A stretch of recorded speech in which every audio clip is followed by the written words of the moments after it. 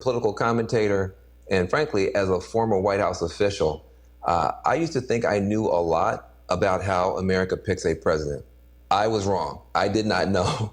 And this year, I've been doing some research into some of the fine print and all the different things in our Constitution that we never talk about. And I've discovered some legal loopholes that shocked me, I guarantee will shock you, and could determine the way that the presidential election in 2020 turns out. For instance, did you know that under our Constitution, a presidential candidate could actually lose the popular vote, fail to get a majority in the Electoral College, refuse to concede, manipulate hidden mechanisms in our government, and still get sworn in as the President of the United States of America?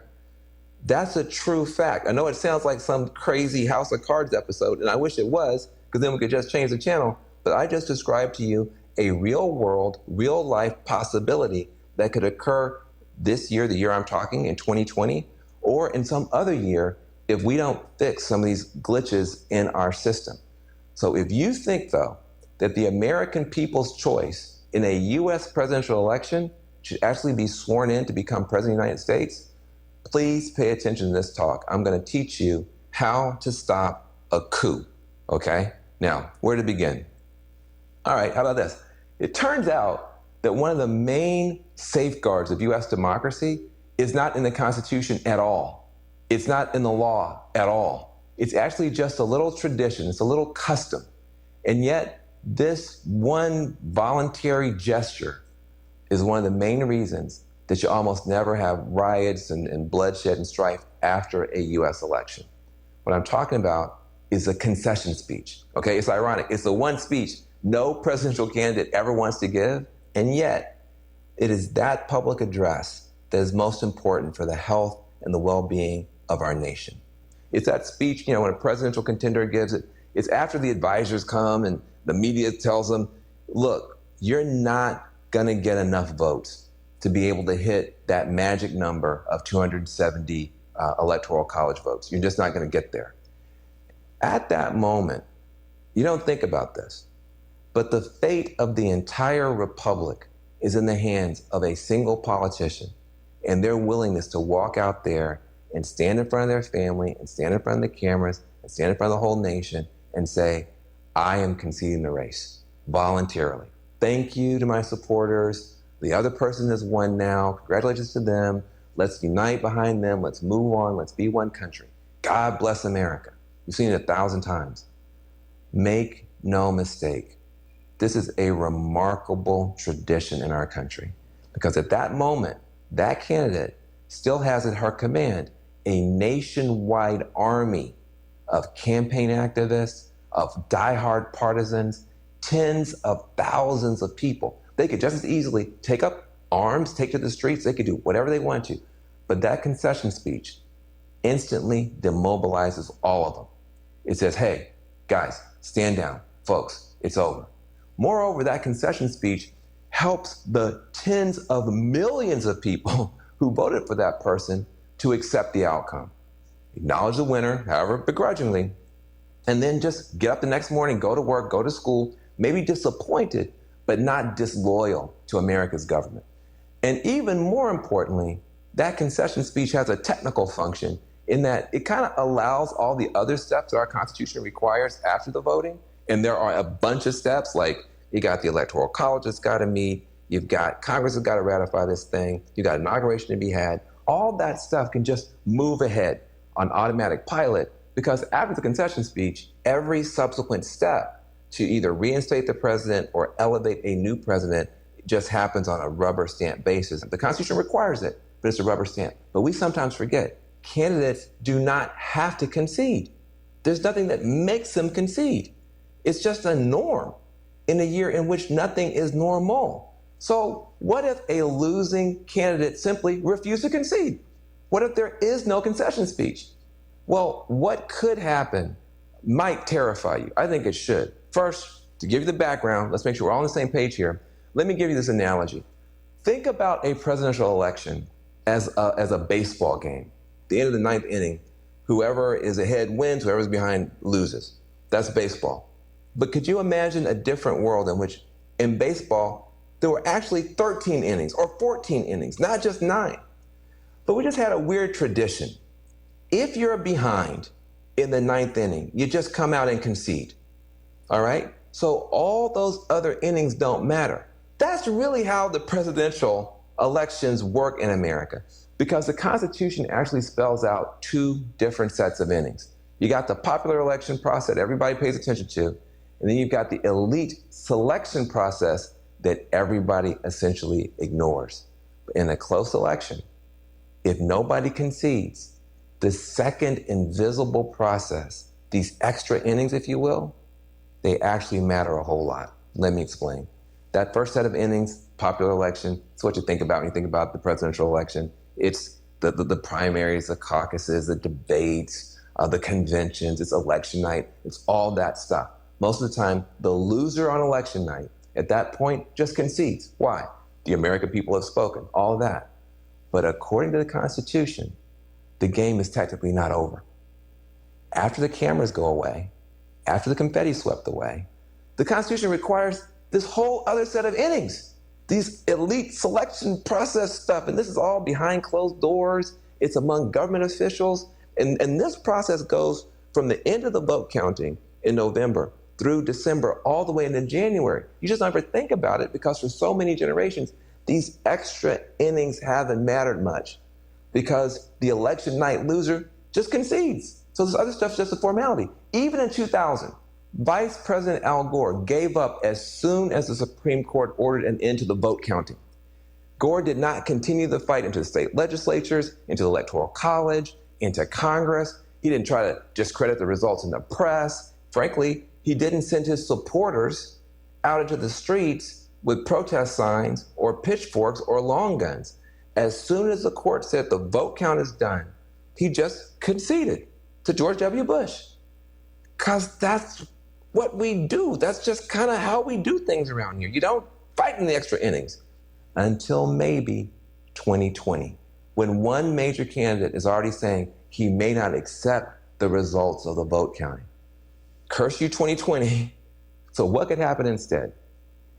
Instead of conceding, a losing candidate could launch a ferocious fight to grab power anyway, or to hold on to power anyway. In the courts, yes, but also in the state houses, electoral college, even in Congress.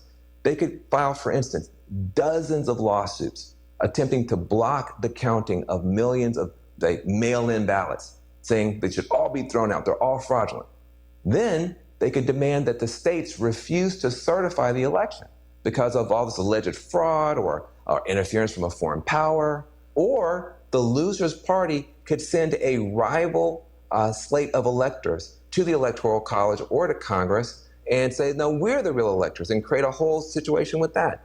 Any of this stuff could create such a mess in the Electoral College and the Congress that the whole matter just winds up in front of the House of Representatives for the first time since the 1800s. Now, here's where it gets totally crazy. If the presidential election winds up in the Congress and the House of Representatives, they don't have to pay any attention at all to the popular vote or the electoral vote.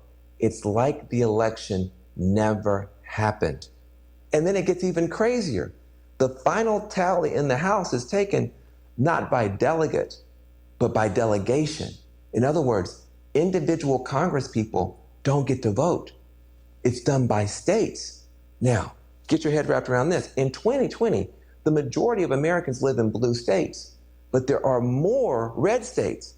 So there's a possibility that the Republicans in the House of Representatives could just anoint their candidate to be president, even without the popular vote or a majority in the Electoral College. That could happen. Now, some people would call that outcome a perfectly legal, perfectly constitutional coup against the very idea of majority rule in the United States. That is possible under our Constitution, and it could happen this year. So what can you do about it?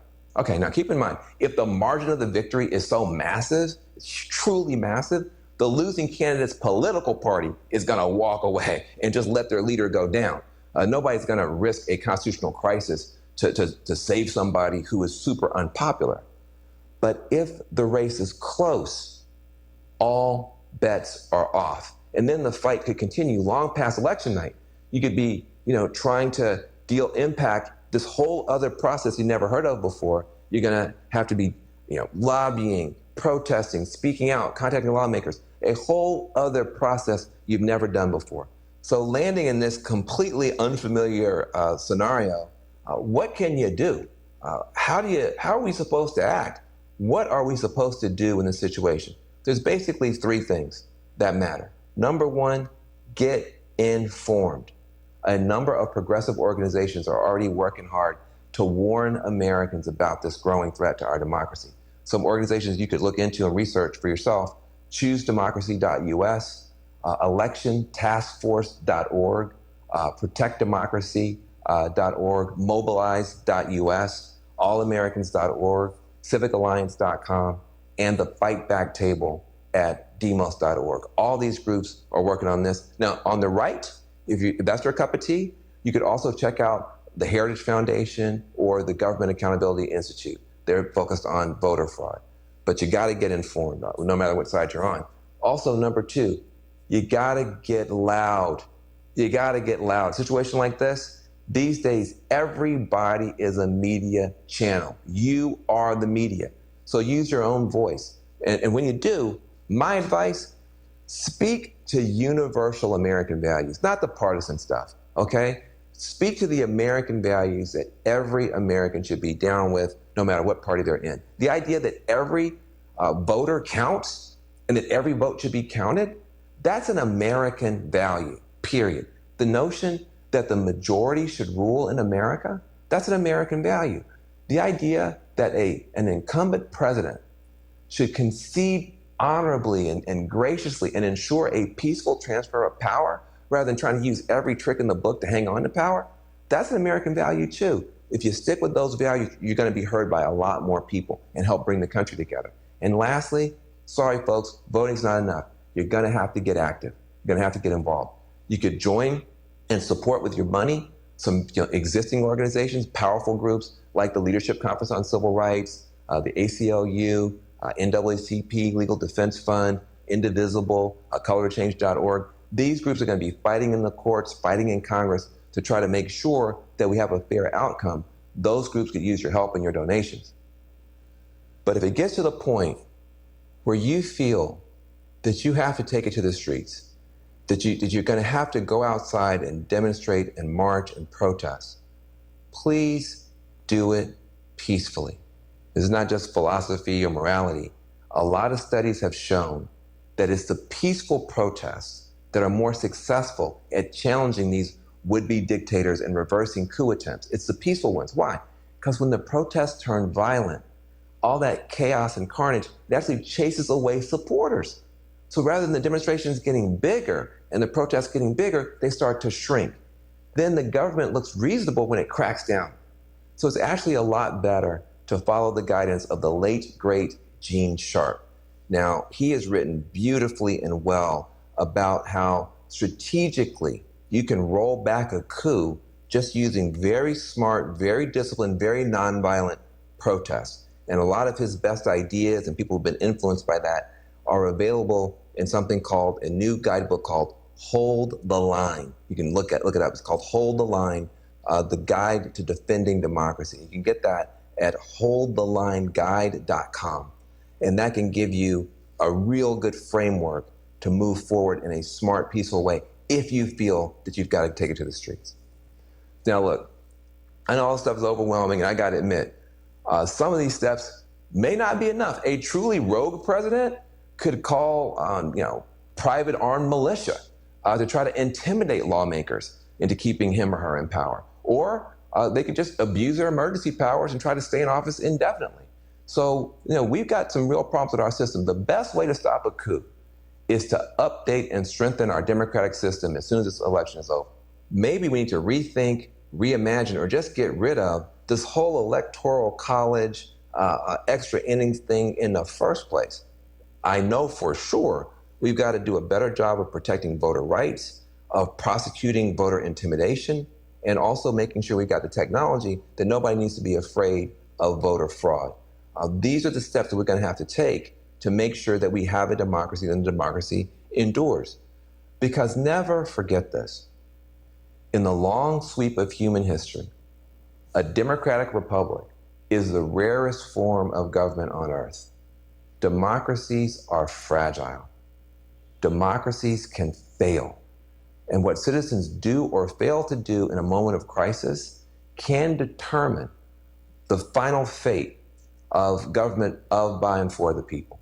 So let's do our best, vote, but this time we got to stay vigilant and active. Even after the ballots have been counted, we got to stay active all the way through to Inauguration Day. But I want to say to you, I will support the winner of a free and fair election, no matter which candidate wins. And I will oppose